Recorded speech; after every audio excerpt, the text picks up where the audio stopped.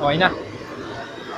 Hello guys, nandito naman po tayo sa Tunay na Lalaki Part 3. Kung saan magluluto. Part 4 na po ata tayo, chef. Part 4 magluluto po tayo ng pancit canton. And una, kailangan natin hatiin ng ganyan para makuha natin yung ingredients. Perfect na perfect yung paghahati nyo, chef. Very good. Ganun ba talaga yun, chef? Yes. Ba't Ulitin pinapalo, ba? chef? Ba't pinapalo? Para yung particles hindi yung ano. Grabe. Ilang years nyo pinag-trainingan yan, chef? Siguro mga 8 years. 8 years? Grabe.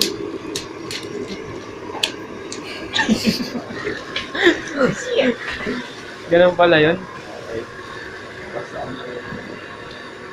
Ano naman yung hawak mo, chef? Nalagay yan dyan. Hindi, joke lang. Okay. Cut muna natin. Ay, hindi. Ayun, Papakita chef, natin. di mo titikman. Di tatakpan, chef. Tatakpan natin yan. Yun. Okay na, chef. Ito muna tayo dito sa mga kaibigan natin. Chef, ansan tayo, chef? Brandon. Galing nga may ano. Sino to, chef? Nung nakadalaw na. Si Asyong Jabonga. Ngiti ka naman. Ngiti ka naman paring Asyong. Ayun o, puta. Kaya ka na. Dati pong kalbo yan. Bali po nahack siya dahil ng chicks po siya. Tapos yung boyfriend ng chicks niya, Anonymous Philippines, boy. Mahirap sagasaan yun. Grabe tong lalaking to, iba, ano siya, kumbaga Hokage na yan. Hokage na yan. Legendary na yan. Akala nyo tapos na Naruto, hindi pa. May bago siya. Naoto.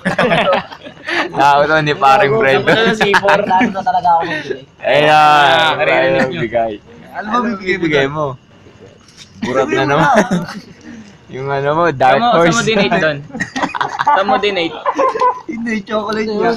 Ako nang bago yung nakilala sa Facebook, tinitira yung Paalam ka muna, chef. Bye-bye.